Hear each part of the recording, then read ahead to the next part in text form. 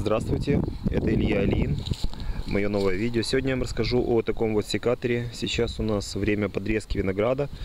Вот этот секатор выпускается в России фирмой Центрстройинструмент, город Москва.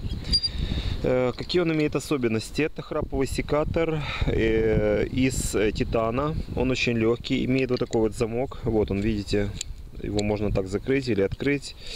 Имеет тефлоновый нож, имеет вот такую вот необычную нижнюю часть этого инструмента, не дает лозе соскочить отсюда. Здесь очень удобная ручка для пальцев и такой вот захват, что у вас никогда не вылетит, если вы будете собирать виноград или еще что-то делать. Даже если рука будет, на ней будет сок виноградный, то все равно не вылетит секатор. Очень удобный. Но, к сожалению, это не только секатор, но и также ножницы для обрезки листьев, для обрезки ветвей диаметром до 3 сантиметров. Это чистая правда. Вот, видите, он без труда все это делает. Единственное только, что я вам хочу особенно сказать, не сильно удобно,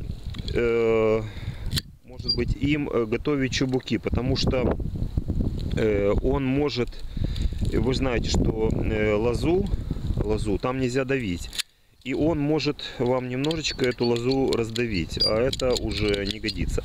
Поэтому я бы вам рекомендовал для подрезки лозы виноградной, но с чубуками надо быть, может быть, поосторожнее. Может быть, приобрести другую модель, где вот эта вот нижняя часть у него немного другая.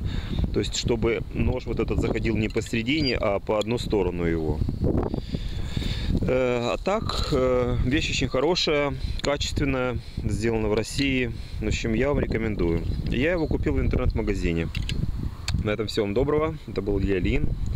И секатор фирмы Центрстройинструмент, город Москва, Россия.